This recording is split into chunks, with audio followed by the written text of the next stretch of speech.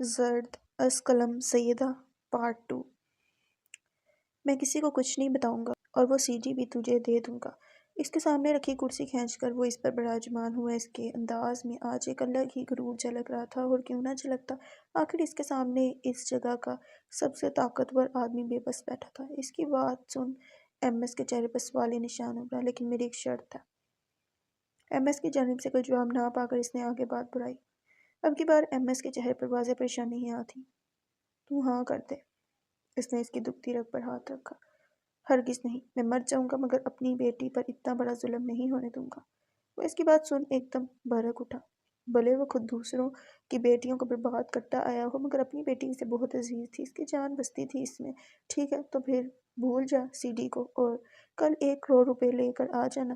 یہ کہہ کر وہ جانے کے لیے مڑا، مگر جاتے جاتے پلٹا اور اس کے قریب آ کر بولا، یہ پریشانی تیرے چہرے پر جچ نہیں رہی؟ چل تو بھی یہ یاد کرے گا۔ کل صبح تک کا وقت دیتا ہوں تجھے سوچنے کے لیے۔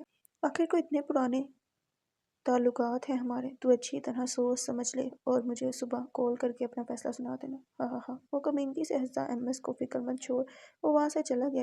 ٹیبل پر ایک زوردار مکہ مار کر کرسی پھینک غصے میں بکتا جھکتا وہ بھی وہاں سے چلا گیا۔ بیٹا کیا میں اندر آ سکتا ہوں؟ ہاشم نے امیرہ کے کمرے کے دروازے پر دستک دے کر اندر آنے کی اجازت مانگی۔ جی ڈیڈ آ جائیں۔ اجازت ملتے ہی مسکراتے ہوئے اندر داخل ہوا جوبن۔ وہ بھی انہیں دیکھ مسکرائی۔ کیسا ہے میرا بچہ؟ اس کو ساتھ لگائے بیڈ پر بیٹھتے انہوں نے پوچھا۔ ٹھیک ڈیڈ، اس نے بیٹھتے ہوئے جواب دیا۔ بیٹا تم سے ایک ضروری بات کرنی تھی۔ انہوں نے تہمید باندھتے ہوئے بات کا آغاز کیا۔ جی ڈیڈ بولیں، اس نے خوش دلی سے کہا۔ بیٹا پارٹی میں نے تمہاری شادی کو لے کر جو اناؤنسمنٹ کی تھی، اس بارے میں مجھے تم سے کچھ بات کرنی ہے۔ سنبھلتے سنبھلتے انہوں نے بات کا آغاز کیا۔ بیٹا میری بات سے تمہاری ماں اور بھائی دونوں کو ہی دھچکا لگا تھا۔ میں جانتا ہوں تم بھی میری بات سن کر حیران رہ گئی ہوگی۔ جواباً اس کو خاموش دیکھ انہوں نے خود بات آگے بڑھائی۔ میں اس بارے میں کیا کہوں ڈیڈ؟ اس نے ٹالنے کے سے انداز میں کہا۔ یہ سچ تھا کہ وہ مومن سے بے انتہا محبت کرتی ہے۔ دبئی جانے کے بعد بھی ایک دن بھی ایسا نہیں گزرتا تھا جب وہ اس کی یاد سے غافل رہی ہو۔ لیکن وہ اپنے باپ سے اس بارے میں کیا کہتی، جبکہ اس کے دل میں مومن کی محبت جگانے والے وہ خود تھے، اور اب خود ہی وہ سب کچھ بھلا کر نئی راہ کی جانب چل دیے تھے۔ میں نے جو اس دن پارٹی میں کہا وہ سن کر یقیناً تمہیں بھی شوق لگا ہوگا، کیونکہ میں نے اور شمس نے بچپن میں ہی تمہارا اور مومن کا رشتہ طے کر دیا تھا۔ مسلسل اس کی طرف دیکھ رہے تھے کہ جواباً وہ بھی کچھ بولے، مگر وہ کیا بولتی اسے تو کچھ سمجھ ہی نہیں آ رہا تھا۔ مگر اب کچھ بھی پہلے جیسا نہیں رہا میرا۔ یہ بات میرے لیے بھی بہت تکلیف دہ ہے، لیکن میں تمہیں اپنے ہاتھوں سے برباد تو نہیں کر سکتا نا۔ تم اکلوتی بیٹی ہو میری، مجھے بہت پیار ہے تم سے، میری جان ہو تم۔ انہوں نے پیار سے اس کے چہرے پر ہاتھ پھیرا۔ امیرہ ناسمجھی سے انہیں دیکھنے لگی، پتہ نہیں وہ کیا باتیں کر رہے تھے۔ میں جانتا ہوں تمہیں میری باتیں سمجھ نہیں آ رہی ہوں گی، انہوں نے اس کے چہرے کی طرف دیکھ کر کہا۔ جہاں نہ سمجھی یہاں تھی۔ ڈیڈ آپ پلیز کھل کر بات کریں، مجھے پوری بات بتائیں، آخر ہوا کیا ہے؟ اس نے ان سے ان کی بات کی وضاحت طلب کی۔ وقت آ گیا ہے تمہیں سب بتانے کا۔ مجھے یقین ہے کہ ساری باتیں جاننے کے بعد تمہیں میری فکر اور پریشانی سمجھ آ جائے گی۔ کیا بتانا ہے بتائیں، وہ بے چینی سے بولی، کیونکہ اب اس کے ذہن میں بہت سی الجھنیں تھیں۔ اس دن جس حالت میں اس نے شمس انکل کو دیکھا، اور پھر مومن کے گھر سے سوائے مومن کے کسی کا بھی پارٹی میں نہ آنا، اور پارٹی میں ڈیڈ کا یوں اچانک اس کی شادی کہیں اور کرنے کا اعلان کرنا، یہ ساری باتیں سوچ سوچ کر اس کا دماغ شل ہو گیا تھا۔ ٹھیک ہے تو سنو، یہ تمہارے یہاں سے دبئی جانے کے چند دن بعد کی بات ہے۔ شمس کے معاملات میں اچانک تبدیلیاں آنے لگیں۔ وہ رات گئے تک گھر آنے لگا۔ بھابھی دیر سے آنے کی بابت سوال کرتی تو الٹا ان پر غصہ کرتا۔ رفتہ رفتہ گھر سے غافل ہوتا جا رہا تھا۔ مومنہ بھابھی دن رات اسی فکر میں گھلتی جا رہی تھی۔ مومن بھی بہت افسردہ رہنے لگا تھا۔ اس بچے کا پڑھائی سے تک دل اچاق ہوتا جا رہا تھا، لیکن وہ تو مومنہ آنٹی اور مومن سے بہت محبت کرتے تھے۔ پھر یوں اچانک تم آگے سنو گے تو تمہیں خود پتہ چل جائے گا کہ کیا ہوا۔ اس کی بات کاٹ کر انہوں نے سلسلہ کلام وہیں سے جوڑا۔ یوں ہی دن رات گزر رہے تھے۔ میں نے کئی بار شمس کو سمجھایا، اس سے کئی بار پوچھا کہ کیا مسئلہ ہے، اس طرح کا رویہ اپنے گھر والوں کے ساتھ روا رکھنے کی کیا وجہ ہے، مگر جواباً اس نے مجھے بھی بے نقط سنائی اور مجھے کہا کہ میرے معاملات سے دور رہو۔ پھر ایک دن یہ ہوا کہ صبح تقریباً 5 بجے زور زور سے ہمارا دروازہ بجنے کی آواز آئی۔ میں اور تمہاری ماں ہڑبڑا کر اٹھے۔ دروازہ کھولا تو دیکھا سامنے مومنہ بھابھی پریشان کھڑی تھیں۔ انہیں اندر بلایا اور اتنی صبح گھر آنے کی وجہ پوچھی۔ انہوں نے اندر آنے سے منع کر دیا۔ پوچھنے پر پتہ چلا کہ شمس رات بھر گھر نہیں آیا۔ انہوں نے کئی بار فون ٹرائی کیا مگر بے سود۔ ساری رات وہ اور مومن پریشان رہے۔ صبح ہوتے ہی مومن ان کو ڈھونڈنے نکلا ہے، اور میں نے سوچا میں یہاں آ کر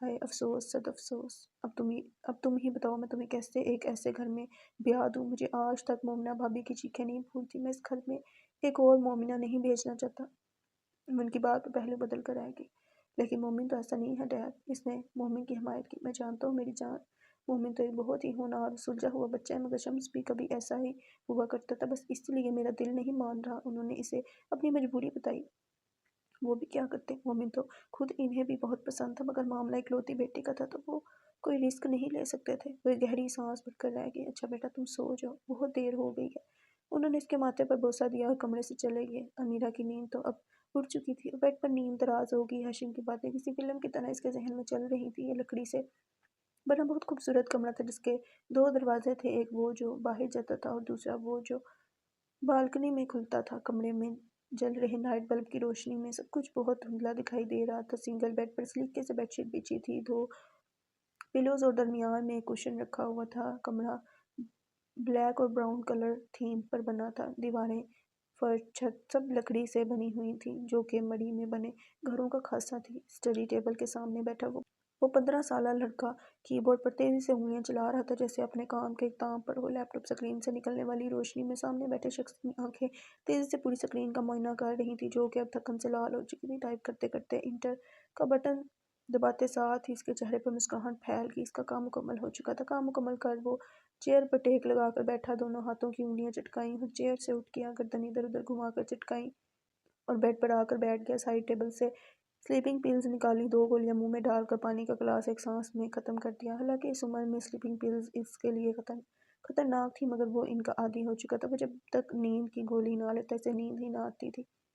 وہ آج سونا چاہتا تھا۔ نیند کی گولی لینے کے باوجود بھی محض 2 گھنٹے میں ہی اس کی آنکھ کھل گئی۔ اس نے آج پھر وہی بھیانک خواب دیکھا تھا۔ وہ اپنی کن پٹیوں کو رگڑ کر خود کو کمپوز کرنے لگا۔ اس کی سانسیں ناہموار چل رہی تھیں۔ اچانک کچھ یاد آنے پر وہ جھٹ سے اٹھ کھڑا ہوا اور اسٹڈی ٹیبل کی چیئر پر آ بیٹھا اور لیپ ٹاپ کو آن کر کچھ دیکھنے لگا۔ اسے اپنی آنکھوں پر یقین نہیں آ رہا تھا۔ اس کی بنائی ہوئی ایپ کو محض 2 گھنٹے میں 1 ملین لوگوں نے ڈاؤن لوڈ کیا تھا۔ وہ کرسی سے اٹھ کھڑا ہوا اور اللہ کے حضور سجدہ ریز ہو گیا۔ اللہ کا شکر ادا کر کے وہ تیزی سے باہر کی جانب دوڑا۔ مما، بابا، وہ آوازیں دیتا کمرے کا دروازہ کھول باہر آیا اور باہر کا منظر دیکھ ٹھٹک گیا۔ پورا گھر سائیں سائیں کر رہا تھا۔ گھر میں وہ تنہا تھا۔ ماما، بابا، کوئی بھی وہاں موجود نہ تھا۔ آنسوؤں کا گولہ اس کی حلق میں پھنسنے لگا۔ وہ وہیں سیڑھیوں پر ٹھہر سا گیا۔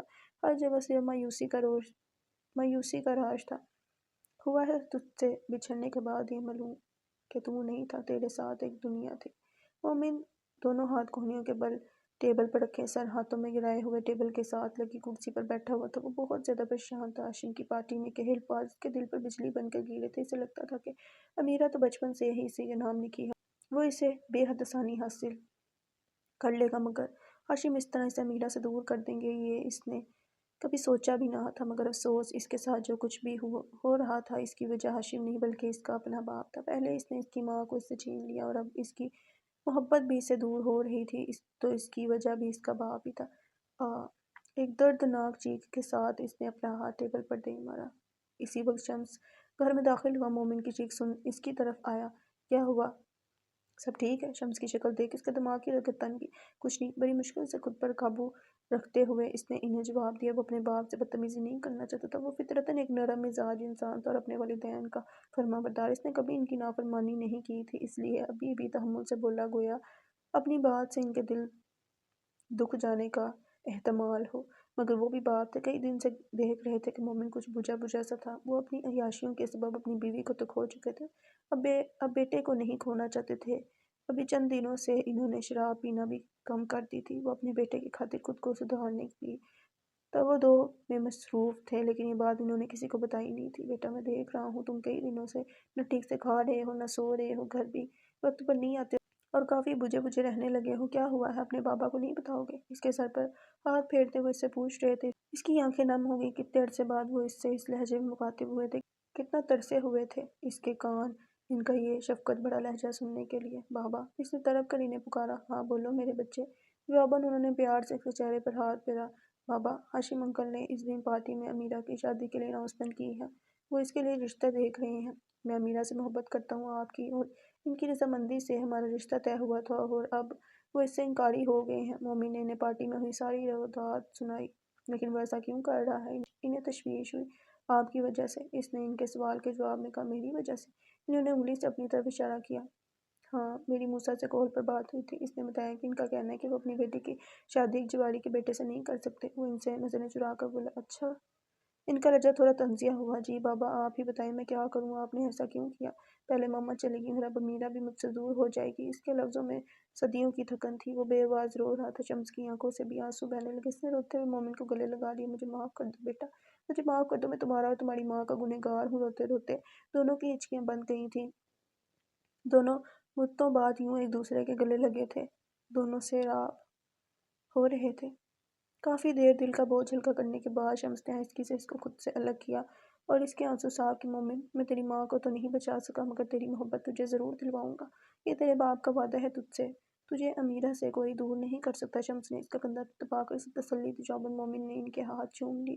وہ آج بہت خوش تھا، اتنا زیادہ خوش کہ وہ کچھ دیر کے لیے امیرہ والی بات بھی فراموش کر چکا تھا۔ آج کافی عرصہ بعد دونوں باپ بیٹے نے ساتھ کھانا کھایا اور پھر مومن سونے کی غرض سے اپنے کمرے میں چلا گیا، جبکہ شمس کسی ضروری کام کی غرض سے باہر نکل گیا۔ کمرے میں آ کر مومن کی سوچوں کا رخ ایک بار پھر امیرہ کی جانب چلا گیا۔ نیند اس کی آنکھوں سے کوسوں دور تھی۔ وہ کچھ سوچتے ہوئے کمرے میں ٹہلنے لگا۔ ہیلو، کال ریسیو ہوتے ہی اس نے کہا، اوہ، تمہاری ہی کال کا انتظار تھا۔ دوسری جانب سے سے بشاشت بھرے لہجے میں کہا گیا تھا، مجھے تمہاری شرط منظور ہے۔ بنا توقف کے اپنی بات مکمل کر اس نے کال کاٹ دی۔ کال کاٹ کر ایم ایس نے موبائل سامنے دیوار پر دے مارا۔ بہت عقل مند سمجھتا ہے تو خود کو، تجھے کیا لگتا ہے تو اتنی آسانی سے مجھے ہرا دے گا؟ میں نے تیری بات مانی ضرور ہے مگر تیرے آگے گھٹنے نہیں ٹیکے ہیں۔ میں نے بھی تیری نسلیں برباد نہ کر دی تو میرا نام ایم ایس نہیں۔ وہ غصے سے دہارا تھا۔ امیرہ اپنے بیڈ پر چت لیٹی چھت کو گھور رہی تھی۔ دماغ میں مسلسل ہاشم صاحب کی باتیں گردش کر رہی تھیں۔ وہ انہی سوچوں میں گم تھی کہ اچانک اس کا فون بج اٹھا۔ وہ ایک دم چونک کر خیالوں سے باہر آئی۔ برابر میں پڑا فون اٹھایا تو وہاں ان نون کالنگ جگمگا رہا تھا۔ اس نے تھوڑی دیر سوچ وچار کے بعد کال ریسیو کی۔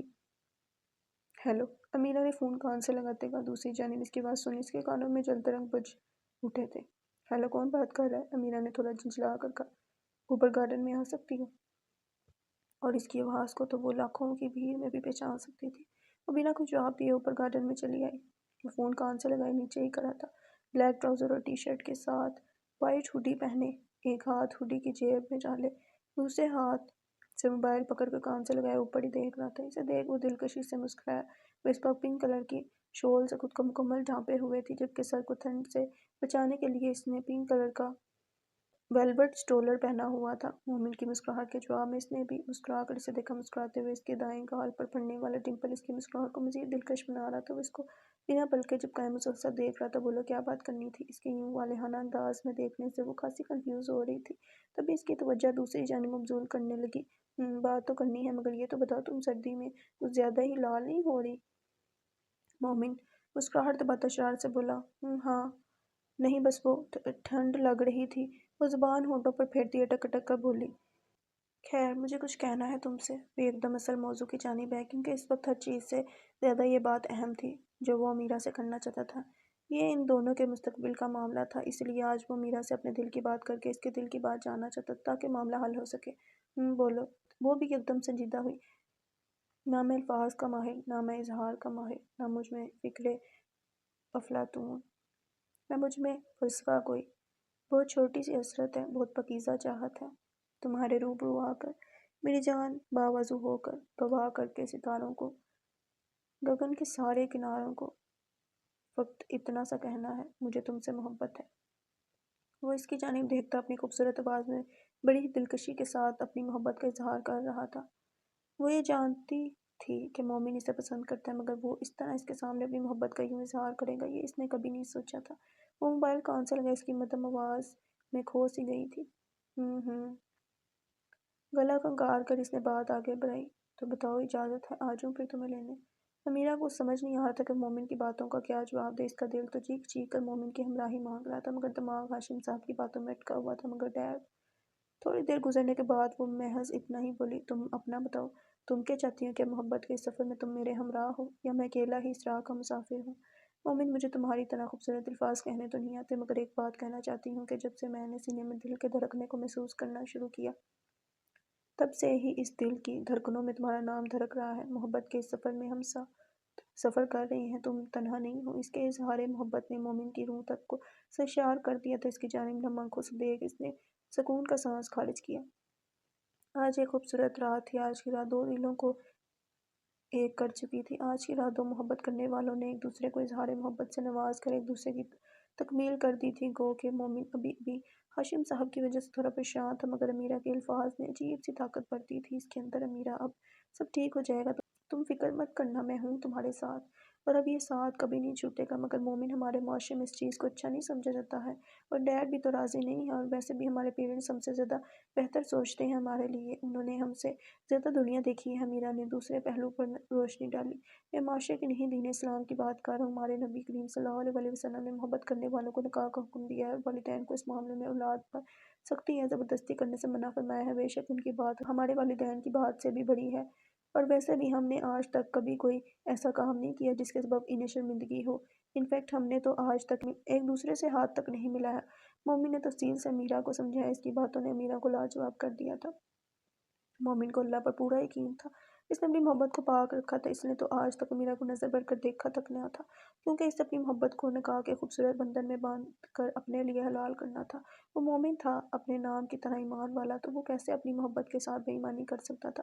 ٹھیک ہے، تم کر لو ڈیڈ سے بات، میری طرف سے اجازت ہے۔ اس نے مسکراتے ہوئے پورے دل سے اسے اجازت دی۔ اس کی باتیں ہی ایسی تھیں کہ اسے اجازت دینی ہی پڑی۔ صحیح ہے، پھر انتظار کرنا میرا، میں کل صبح ہی آؤں گا انکل سے بات کرنے۔ وہ خوشی سے بولا، مگر ڈیڈ سے مجھے کوئی اچھے جواب کی امید نہیں ہے۔ ہاشم صاحب کا ذکر آتے ہی وہ ایک بار پھر پریشان ہوگی۔ مجھے اللہ پر پورا یقین ہے۔ وہ اسے پرسکون کرتا فون بند کر چکا تھا۔ کال کٹ کر کے اس نے موبائل ہوڈی کی جیب میں ڈالا اور اوپر اس کی جانب دیکھ مسکراتے ہوئے اسے ہاتھ ہلا کر نیچے جانے لگا۔ وہ بھی اپنی شال سنبھالتی اسے ہاتھ ہلاتی، اسے بھرپور مسکراہٹ سے نوازتی سیڑھیاں اتر گئی۔ یہ تو اسے بھی معلوم تھا کہ ہاشم صاحب کو منانا تقریباً ناممکن تھا، مگر پھر بھی اس نے سوچ لیا تھا کہ اپنی محبت کے لیے آخری سانس تک کوشش کرے گا۔ یا اللہ مجھ پر رحم کر، میں نے ہمیشہ تجھ ہی سے مدد مانگی ہے، اور تو نے مجھے کبھی خالی ہاتھ نہیں لوٹایا۔ میرے رب میری امیرہ کو مجھ سے ملا دے۔ وہ آسمان کی طرف ہاتھ اٹھائے اپنے رب سے فریاد کر رہا تھا۔ اللہ کے حضور اپنی ساری مشکلات بتا کے منہ پر ہاتھ پھرتا مطمئن ہو گیا تھا۔ السلام علیکم، کیسی طبیعت ہے آپ کی؟ وہ ابھی کالج سے واپس آئی تھی، کالج یونیفارم پہنے تھکے تھکے قدموں سے چلتی اماں کے برابر آ کر بیڈ پر ہی نیم دراز ہوگی۔ بیگ اس نے انہی کو تھما دیا۔ اس میں آپ کی دوائیں ہیں، نکال کر چیک کر لیں۔ اٹھ کر بیڈ سے ٹیک لگا کر بیٹھی کہ اس کے بیگ سے دوائیں نکالنے لگی۔ یہ کیا انہیلر؟ تمہارے بیگ میں انہیلر کا کیا کام؟ انہوں نے سوالی نظروں سے دیکھا۔ وہ ایک دم بکھلا کر اٹھ بیٹھی۔ ماما یہ میری دوست کا ہے، غلطی سے میرے بیگ میں رہ گیا ہوگا، آئرہ نے ان کے ہاتھ سے بیگ لیتے ہوئے کہا۔ خیر یہ سب چھوڑو، یہ بتاؤ کہ تم نے کال کی اس کو؟ انہوں نے بات بدلتے ہوئے کہا، نہیں، ابھی کھانا کھا کر اسکول جاؤں گی، پھر وہاں سے واپس آ کر شام میں کال کروں گی۔ اس نے کھڑے ہو کر بیگ سمیٹتے مصروف سے انداز میں جواب دیا، شام میں پھر تمہاری ٹیوشن کے بچے آ جائیں گے اور تم پھر بھول جاؤ گی۔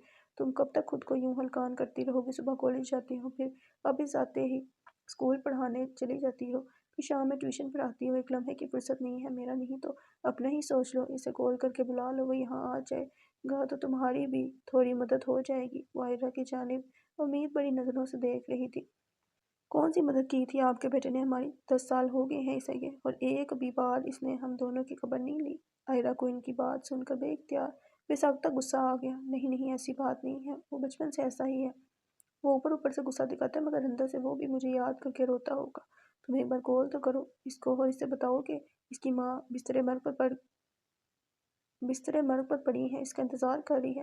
اسے کہو کہ ایک بار آ جائے، بس ایک بار میں اسے دیکھ لوں، ایک بار اپنے سینے سے لگا لوں، تاکہ مرتے وقت میری روح کو کوئی ملال نہ ہو۔ اس کے لہجے میں ممتا کی طرف تھی، ان کی آنکھوں سے مسلسل آنسو بہہ رہے تھے۔ کتنا عرصہ ہو گیا تھا انہیں اپنے بیٹے کو دیکھے ہوئے۔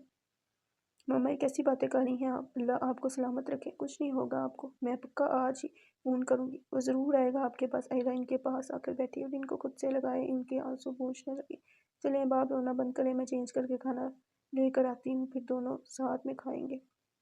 وہ بیگ اٹھا کر چینج کرنے کی غرض سے اپنے کمرے کی جانب بڑھ گئی۔ کمرے میں آ کر بیڈ پر دب سے گر گئی۔ پتہ نہیں اس کی زندگی اتنی عجیب کیوں تھی؟ اس کا بچپن سے ہی اپنی ماں کے ساتھ تعلق واجبی سا تھا، ان کے دل میں اس کے لیے کوئی ممتا نہیں تھی۔ ہاں، مگر اپنے بیٹے کے لیے ان کے دل میں محبت کا ٹھاٹھے مارتا سمندر تھا۔ حالانکہ اس نے جب سے ہوش سنبھالا تھا تب سے کبھی بھی اس کو اس گھر میں آتے نہیں دیکھا تھا، نہ وہ کبھی اپنی ماں سے کال پر بات کرتا تھا۔ اوہو، مجھے اسکول بھی جانا ہے۔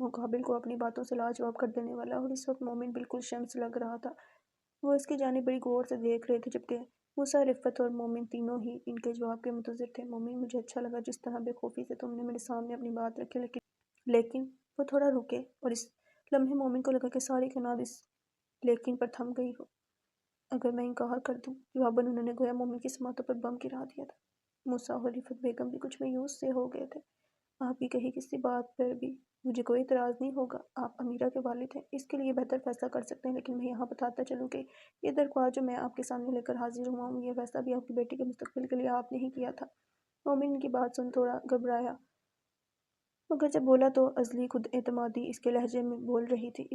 اس کی بات سن موسیٰ اور رفعت مسکرانے لگے۔ مومن، میں جانتا ہوں تم ٹھیک کہہ رہے ہو، یہ میرا ہی فیصلہ تھا اور میں اب بھی اپنے فیصلے پر قائم ہوں۔ میں بس یہ دیکھنا چاہتا تھا کہ کیا تم امیرہ کے لیے سٹینڈ لے سکتے ہو، اور مجھے دیکھ کر بہت خوشی ہوئی کہ تم میری توقعات پر پورے اترے ہو۔ ہاشم صاحب کھڑے ہو کر اس سے بغل گیر ہوئے اور اسے شاباشی دی۔ ان کے منہ سے ادا ہونے والے الفاظ سن مومن کی آنکھیں چھلک پڑیں۔ اس کی خوشی دینی تھی۔ رفعت بیگم نے آگے بڑھ کر اسے پیار دیا۔ موسیٰ نے بھی جھٹ سے اسے گلے لگایا۔ ہاشم صاحب کے فیصلے نے سبھی کو خوش کر دیا تھا۔ رفعت بیگم نے کچن سے مٹھائی لا کر سب کا منہ میٹھا کروایا۔ امیرہ اس وقت گھر پر موجود نہیں تھی، ورنہ یقیناً وہ تو خوشی کے مارے ناچنے ہی لگتی۔ مومن نے سوچ لیا تھا کہ وہ امیرہ کو کال کر کے رشتے کی مبارکباد خود دے گا۔ اس نے اپنے ہاتھ میں موجود پرچی پر پتہ دیکھا۔ وہ صحیح جگہ پر پہنچا تھا۔ پرچی میں اسی کیفے کا ایڈریس لکھا تھا۔ اس نے ایک نظر پرچی پر ڈالی اور دوسری نظر سامنے نظر آتے کیفے کی بلڈنگ پر، اور آگے کی جانب قدم بڑھائے۔ داخلی دروازے سے اندر جانے کے بجائے وہ پیچھے کی جانب بنے لوہے کے ایک چھوٹے سے دروازے کی طرف بڑھا۔ دروازہ کھولا تو سیڑھیاں نظر آئیں۔ سیڑھی کی طرف بڑھتا اس کا پہلا قدم کچھ یاد آنے پر ہوا میں ہی معلق رہ گیا۔ وہ بے ساختہ رک گیا، لیکن پھر خود ہی اپنے دماغ سے ساری سوچوں کو جھٹک کر وہ تیزی سے سیڑھیاں اتر گیا۔ جیسے ہی وہ نیچے پہنچا تو وہاں کا منظر دیکھ اس کا دماغ چکرا گیا۔ وہ کسی ایسی جگہ پر پہلی بار آیا تھا۔ وہ اس وقت بلیک ٹی شرٹ اور پینٹ اور اسی کا ہم رنگ کوٹ اور سر پر اسی کلر کا کیپ پہنے ہوئے تھا۔ اس کے ساتھ اس کی آنکھوں کو بلیک گوگلز نے کور کیا ہوا تھا، اور پاؤں میں بلیک سنیکرز پہنے وہ سر سے پاؤں تک کالے رنگ میں ملبوس تھا۔ اس کے علاوہ اس کے ہاتھ میں ایک بلیک کلر کا ماسک بھی تھا، جسے اس نے نیچے اترتے وقت اتار دیا تھا۔ وہ اس وقت ایک الگ ہی دنیا میں موجود تھا۔ یہ ایک کیفے کے نیچے تہہ خانے میں بنا ایک جوئے کا اڈا تھا، جہاں ایک سائڈ پر ایک بار کاؤنٹر بنا ہوا تھا۔ اس وقت 3 سے 4 آدمی چیئر پر بیٹھے شراب کا لطف لے رہے تھے۔ اس کے علاوہ بار کاؤنٹر کے بالکل سامنے ایک چھوٹا سا اسٹیج بنا ہوا تھا، جہاں 2 لڑکیاں انتہائی واہیات کپڑے پہنے بیہودہ گانوں پر رقص کر کے حاضرین محفل کو تفریح فراہم کر رہی تھیں۔ اس کے ساتھ ہی یہاں 5 سے 6 ٹیبلز لگی تھیں، اور ہر ٹیبل پر تقریباً اسی تعداد میں چیئرز لگی تھیں، جہاں بیٹھ کر لوگ تاش کھیلنے میں مصروف تھے۔ کوئی ٹیبل بھی خالی نہیں تھی۔ اس وقت رات کے تقریباً 2:30 بج رہے تھے، مگر یہاں اس جوئے کے اڈے میں اس وقت دن کا سا سماں تھا۔ اسے یہاں عجیب سی کراہت ہو رہی تھی۔ شراب کی بدبو اس کا دماغ سن کر رہی تھی۔ وہ پہلی مرتبہ یہاں آیا تھا۔ وہ ابھی تک سیڑھیوں کے پاس ہی کھڑا تھا۔ اس کے لیے یہاں کھڑا رہنا دشوار ہو رہا تھا۔ اسے سمجھ نہیں آ رہا تھا کہ وہ کیا کرے، یہیں رکے یا واپس چلا جائے۔ وہ ابھی اسی ششبند میں تھا کہ اچانک اسے سیڑھیوں سے اترتا ایک آدمی دکھائی دیا، جو ایک لڑکی کو بے دردی سے پکڑے تقریباً سیڑھیوں پر گھسیٹتے ہوئے نیچے لا رہا تھا۔ لڑکی مسلسل چیختے چلاتے اس کے ہاتھ سے اپنی کلائی چرانے کی کوشش میں مصروف تھی۔ اس کے پیچھے ہی ایک دوسرا آدمی گرتے پڑتے روتے ہوئے رحم کی پکار کرتا آ رہا تھا۔ لڑکی کو پکڑا شخص اسے تقریباً دھکا دیتے تیزی سے اندر کی جانب بڑھتا ایک ٹیبل پر رکا، جہاں ایک آدمی براؤن کلر کی فل سلیوز شرٹ اور وائٹ کلر کی ڈریس پینٹ میں ملبوس ایک چیئر پر ٹانگ رکھے انتہائی کفت سے براجمان تھا، جبکہ دوسری جانب وہ آدمی جو لڑکی کے پیچھے آ رہا تھا، اسے وہیں سیڑھیوں کے قریب ہی روک دیا گیا تھا۔ 2 آدمی راستہ روکے کھڑے تھے تاکہ وہ شخص اندر نہ آ سکے۔ وہ ماسک لگاتا تھوڑا آگے کی طرف کھسکا تاکہ اس ٹیبل پر ہونے والی گفتگو بآسانی سن سکے اور یہ ماجرا سمجھ میں آ سکے۔ یہ لے ایم ایس، میں نے کہا تھا نا کہ ایک بار اس کام میں ہاتھ ڈالا تو پورا کر کے دکھاؤں گا۔ یہ کہہ کر اس نے لڑکی کو اس چیئر پر بیٹھے شخص جسے وہ ایم ایس کہہ رہا تھا کے قدموں پہ پھینک دیا۔ لفظ ایم ایس سن اس کی آنکھوں میں چمک گئی۔ اس کا یہاں آنے کا مقصد پورا ہو چکا تھا۔ اصولاً اب اسے یہاں سے چلے جانا چاہیے تھا، مگر وہ اس لڑکی کا پورا معاملہ جانے بنا یہاں سے نہیں جانا چاہتا تھا، اس لیے وہیں کھڑا رہا۔ شاباش راجو، مجھے پتا تھا تو مجھے مایوس نہیں کرے گا۔ ایم ایس لڑکی کی جانب جھکتا اس کی لٹ کو اپنی انگلی سے گھماتا خباثت سے ہنسا، جبکہ وہ لڑکی اس کی اس حرکت پر چلانا بند کر سہم کر تھوڑی سی پیچھے کھسکی۔ وہ اس لڑکی کے بالوں کو سہلانے لگے، جس پر لڑکی سر دائیں بائیں گھماتے اس کا ہاتھ ہٹانے لگی۔ لو ہٹا لیا ہاتھ، بس خوش۔ اس نے اپنا ہاتھ پیچھے کھینچ لیا۔ لڑکی ادھر ادھر نظر گھماتی وہاں سے بھاگنے کا راستہ ڈھونڈ رہی تھی، مگر اسے چاروں طرف سے ایم ایس کے کارندوں نے گھیرا ہوا تھا۔ مجھے بچاؤ کوئی تو مجھے اس ظالم سے بچاؤ۔ بابا، بابا کہاں ہیں آپ؟ مجھے بچا لیجیے۔ لڑکی پھر سے رونے لگی۔ رو رو کر وہ مدد کی پکار کر رہی تھی، مگر افسوس یہاں موجود لوگوں نے جوئے میں پیسے کے ساتھ ساتھ اپنے ضمیر بھی ہار دیے تھے۔ ایم ایس کی حرکتیں اور اس لڑکی کی بے بسی دیکھ اس کا خون کھول رہا تھا۔ اسے ضبط کرنے کے لیے اپنی مٹھیاں بھینچی ہوئی تھی۔ ہاں ہاں ہاں، یہاں تمہیں کوئی نہیں بچائے گا، اور بھول جاؤ اپنے باپ کو۔ اب سے تم میرے ساتھ رہو گی، دیکھنا کیسی عیش بڑی زندگی ہو جائے گی تمہاری۔ وہ ایک بار پھر خباثت سے ہنسا، جبکہ وہ لڑکی ہنوز رو رہی تھی اور مدد مانگ رہی تھی۔ ویسے تو ایسے عیش کرائے گئے تجھے۔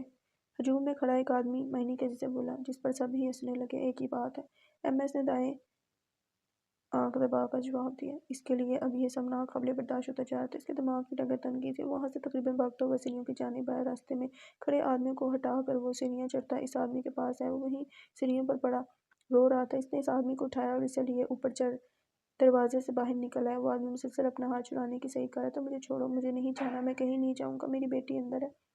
اسے باہر لا کر اس نے اس کا ہاتھ چھوڑا۔ ہاتھ چھوڑتے ہی وہ آدمی دوبارہ سیڑھیوں کی جانب بھاگنے لگا کہ اس نے اسے پکڑ کر اپنی جانب کھینچا۔ رکو، مجھے یہ بتاؤ کہ یہ سب کیا چل رہا ہے؟ وہ لوگ تمہاری بیٹی کو یہاں اٹھا کر کیوں لائے ہیں؟ مجھے بتاؤ، ہو سکتا ہے میں تمہاری کچھ مدد کر سکوں۔ اس نے اس سے استفسار کیا۔ اسے اس آدمی کی باتوں پر بھروسہ کرنے کا بالکل دل نہیں تھا، مگر اس کی منہ سے مدد کا سن اس نے مجبوراً اسے بتایا، میں ایک غریب آدمی ہوں، پیسے کے لالچ میں ایک دوست کے کہنے پر یہاں جوا کھیلنے آ گیا، مگر قسمت نے میرا ساتھ نہ دیا اور مجھ پر قرض چڑھتا گیا۔ جب میں ان کی مطلوبہ رقم مقررہ کردہ تاریخ پر نہ چکا سکا تو انہوں نے میری بیٹی کو اٹھا لیا۔ وہ یہ کہہ کر پھوٹ پھوٹ کر رو دیا۔ کتنی رقم ہے؟ اس نے اس کا کندھا تھپتھپا کر حوصلہ دیتے پوچھا۔ 5 لاکھ، اس نے روتے ہوئے جواب دیا۔ یہ لو پیسے، پورے 5 لاکھ ہیں۔ اس نے اپنی جیب سے پیسے نکال کر اسے تھمائے۔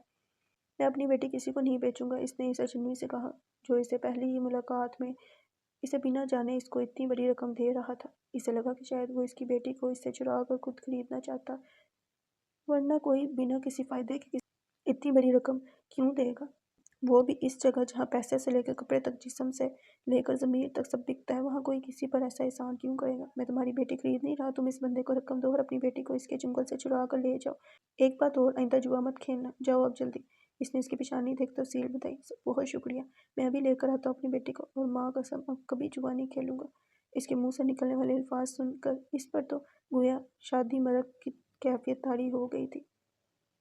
لڑزتے ہاتھوں سے رقم لے کر اس نے ایک نظر اپنے مسیحا پر ڈالی، جو سر سے پاؤں تک کالے رنگ میں ڈھلا ہوا تھا، اور جلدی سے سیڑھیوں سے نیچے بھاگا۔ وہ نیچے آیا تو ان 2 آدمیوں نے اس کا راستہ روک لیا۔ میری بیٹی کو چھوڑ دو، میں رقم لے آیا ہوں، وہ وہیں سے چیخا۔ اس کے الفاظ سن وہ دونوں آدمی راستے سے ہٹ گئے۔ وہ تیزی سے اندر بھاگا۔ ایم ایس کے سامنے آ کر اس نے لفافہ اس کی جانب بڑھایا۔ راجو نے اس کے ہاتھ سے لفافہ چھین کر رقم گنی اور ایم ایس کو رقم پوری ہونے کا اشارہ دیا۔ ایم ایس کی آنکھوں میں خون اتر آیا۔ چلو بیٹا، میں اپنی بیٹی کو لے کر جا رہا ہوں۔ اس نے اپنی بیٹی کو کھڑا کیا۔ رک جا، ایسے کیسے لے جائے گا؟ M S چیخا۔ اس کی چیخ سن کیفے کے اسٹاف نے مداخلت کی۔ کیا ہو رہا ہے یہ سب؟ رقم پوری ہے کہ نہیں؟ کیفے کے مینیجر نے راجو سے پوچھا۔ جی، راجو نے ایک لفظی جواب دیا۔ ٹھیک ہے، پھر کیا مسئلہ ہے؟ لے جانے دو اس کی بیٹی سے۔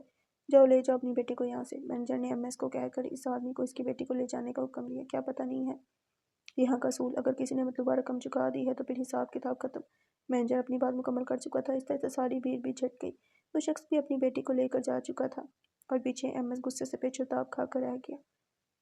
امیرہ ابھی اپنے کمرے میں چائے کا کپ لے کر بیڈ پر بیٹھی تھی کہ سائڈ ٹیبل پر رکھا اس کا موبائل بج اٹھا۔ موبائل اٹھایا تو اسکرین پر مومن کالنگ جگمگاتا دیکھ اس کے چہرے پر بے ساختہ مسکراہٹ آئی۔ اس نے دھڑکتے دل کے ساتھ کال ریسیو کر موبائل کان سے لگاتے کہا، السلام علیکم۔ وعلیکم السلام، جواب فوراً آیا تھا۔ وہ جانتی تھی کہ مومن اسے ضرور کال کرے گا۔ وہ ابھی تھوڑی دیر پہلے ہی گھر لوٹی تھی اور موم کی زبانی سے آج صبح ہوا سارا واقعہ پتہ چل گیا تھا۔ ڈیڈ مومن اور اس کی شادی کے لیے راضی ہو گئے تھے۔ اسے جب سے موم نے یہ بتایا تھا وہ ہواؤں میں اڑ رہی تھی۔ کیسی ہو؟ اس نے تھوڑے توقف کے بعد پوچھا۔ ٹھیک ہوں، امیرہ نے یک لفظی جواب دیا۔ اسے مومن سے بات کرنا اس وقت خاصا دشوار لگ رہا تھا۔ اسے ڈھیروں شرم آ رہی تھی اس سے، حالانکہ ایسا پہلے کبھی نہیں ہوا تھا۔ شاید یہ ان دونوں کے درمیان جڑنے والے رشتے کا اعجاز تھا جو اسے اچانک مومن سے اتنی شرم آ رہی تھی۔ مبارک ہو، میں نے کہا تھا نا میں سب کچھ ٹھیک کر دوں گا۔ مومن نے اسے مبارکباد دی اور ساتھ اپنے وعدے کی یاد دہانی کرائی۔ خیر مبارک۔ ہاں مومن، واقعی تم نے جو کہا تھا وہ کر دکھایا، ورنہ مجھے تو بالکل امید نہیں تھی کہ ڈیڈ مانیں گے۔ جواباً اس نے مبارک دے کر اسے داد دی۔ مجھے تو امید تھی، بلکہ یقین تھا اپنے اللہ پر کہ وہ مجھے مایوس نہیں کرے گا۔ میں نے اس کی بارگاہ میں اپنی فریاد پیش کر کے اسے اسی پر سب چھوڑ دیا تھا۔ مومن کے لہجے میں یقین بول رہا تھا جو اسے اپنے رب پر تھا، اور بے شک جو لوگ اللہ سے امید لگاتے ہیں وہ کبھی خالی ہاتھ نہیں رہتے، ان کی جھولیاں بڑھتی جاتی ہیں۔ میں نے بھی اللہ سے بہت دعائیں کی تھی اور دیکھو اس نے ہماری دعائیں سن لی۔ وہ بھی پرجوش ہوئی۔ بے شک، چلو اب بس تم تیار رہو، جلد ہی تمہیں دلہن بنا کر اپنے گھر لے آؤں گا، بس بہت سہ لیا ہجر، اب وصل کا وقت قریب آن پہنچا۔ وہ لہجے میں سرشاری لیے گویا ہوا، اور اس کی یہ بات سن امیرہ شرم سے لال ہو گئی۔ اوکے، اللہ حافظ، اپنا خیال رکھنا۔ اللہ حافظ، امیرہ نے بھی کہا، اور مومن کی طرف سے کال منقطع ہو گئی۔ امیرہ نے بھی بے دلی سے فون رکھ دیا۔ اس کا دل تھا کہ وہ لوگ اب بھی اور بات کرتے، مگر وہ جانتی تھی کہ مومن ان سب چیزوں کا قائل نہیں۔ جب اسے محض مبارکباد دے کر اس نے کال کاٹ دی، اس کے بارے میں سوچتے ہوئے اس کے چہرے پر دلنشین مسکراہٹ نے ڈیرا جما لیا۔ بن جائے اگر کسی سے روح کا بندھن تو اظہار عشق کو الفاظ کی ضرورت نہیں ہوتی۔ آئرہ جلدی باہر آؤ بیٹا۔ ابھی وہ کالج سے آئے تھے، تھوڑی دیر آرام کرنے گھر سے بیڈ پر لیٹی تھی۔ ابھی اسے لیٹے مشکل سے 5 منٹ ہی گزرے تھے کہ بیڈ سے اس کی ماں کی آواز آئی۔ وہ اسے بلا رہی تھی۔ اسے ڈیروں کفت آئی کیونکہ اس کے پاس آرام کرنے کے بس یہ 5-10 منٹ ہی تھے، پھر اسے اسکول پڑھانے کے لیے جانا تھا۔ وہ جانتی تھی کہ وہ یقیناً اس سے کال کے بارے میں پوچھیں گی۔ اب وہ انہیں کیا بتائے کہ اس نے اسے کال کی 2-3 بار، مگر دوسری طرف سے کال اٹھانے کی زحمت ہی نہیں کی گئی۔ وہ سانس خارج کرتی بیڈ سے اٹھی۔ جی ماما آئی۔ اس نے بالوں کو جوڑے کی شکل میں لپیٹتے انہیں آواز لگائی اور کمرے سے باہر نکل کر ان کی طرف آئی۔ وہ باہر لاؤنج میں کھڑی خالی دیوار کو تکتے اشارے کر رہی تھی جیسے کسی سے باتیں کر رہی ہوں، جبکہ اس وقت وہاں کوئی موجود نہ تھا۔ اسے ایک دم ہی اپنی ماں سے بے تحاشا خوف آیا۔ ارے لو، آئرہ آ گئی۔ اچانک پیچھے مڑ کر انہوں نے اسے دیکھا اور ایسے بولی جیسے کسی کو اس کے آنے کا بتا رہی ہوں، پھر آگے بڑھ کر اس کا ہاتھ پکڑ کر اپنے ساتھ اسے بھی اسی دیوار کے سامنے لا کر رکھا۔ یہ دیکھیں، آئرہ آ گئی۔ آپ بلا رہے تھے نا اسے؟ اب وہ سامنے دیوار کو دیکھ رہی تھی۔ آئرہ دیکھو، تمہارے بابا آئے ہیں بیٹا، گلے ملو ان سے، پیار لو۔ اسے ایک ہی جگہ کھڑا دیکھ انہوں نے بات خود ہی آگے بڑھائی۔ اس کے لیے یہ سب نیا نہیں تھا۔ اس کی ماں کو اکثر ہی ایسے دورے پڑتے تھے اور اس طرح کی حالت میں وہ ایسے ہی باتیں کرتی تھی۔ وہ بچپن سے یہ سب دیکھتی آ رہی تھی۔ اس کے لیے اب یہ سب ناقابل برداشت ہوتا جا رہا تھا۔ اس کی سانسیں ناہموار چل رہی تھیں۔ اس کے لیے سانس لینا دشوار ہوتا جا رہا تھا۔ وہ سانس لینے کی کوشش میں منہ کھولے زور زور سے کھانس رہی تھی، مگر اس کی ماں کو اس بات کی چندہ فکر نہیں تھی۔ وہ ابھی بھی خالی دیوار سے باتیں کرنے میں مشغول تھی۔ وہ انہیں وہیں چھوڑ کمرے کے اندر بھاگی۔ کمرے میں آ کر وہ ہر چیز کو تہس نہس کرنے لگی۔ وہ ہر جگہ تلاش کر رہی تھی مگر اسے انہیلر کہیں نہیں مل رہا تھا۔ اس کو سانس نہیں آ رہی تھی۔ اس کی آنکھوں سے مسلسل آنسو بہہ رہے تھے۔ وہ چیخنا چاہتی تھی مگر آواز جیسے اس کے حلق میں اٹک کر رہ گئی تھی۔ وہ کانوں پر ہاتھ رکھتی وہیں زمین پر ڈہ گئی۔ جو گزاری نہ جا سکی ہم سے، ہم نے وہ زندگی گزاری ہے۔ ایک ماہ بعد ڈھولکی کی تقریب کا اہتمام گھریلو پیمانے پر کیا گیا تھا کیونکہ مومن اس طرح کی تقریبات میں کوئی دلچسپی نہیں رکھتا تھا، اس لیے اس نے اس قسم کی تقریبات میں شرکت سے معذرت کر لی تھی۔ اسے ان ماہیوں مہندی جیسی تقریبات میں کوئی دلچسپی نہیں تھی، لیکن رفعت بیگم کا بڑا دل تھا کہ وہ اپنی بیٹی کی شادی پر سارے ارمان نکالے۔ آخر کو ان کی اکلوتی بیٹی کی شادی تھی، اس لیے انہوں نے گھر پر ہی ایک چھوٹا سا فنکشن ارینج کر لیا تھا۔ تقریب کا انتظام گھر کے روف گارڈن میں کیا گیا تھا۔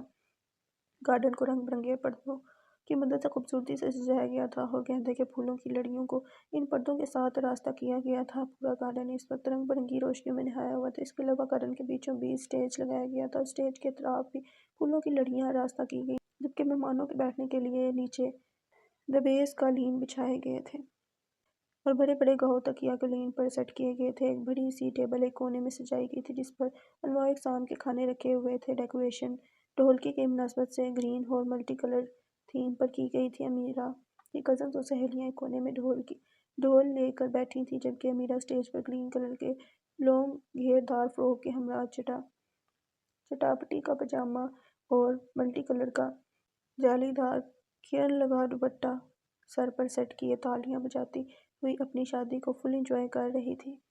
تھوڑی دیر میں مہندی والی بھی آ گئی۔ او تیرے ہاتھاں وچ مہندی کا رنگ کھلا ہے۔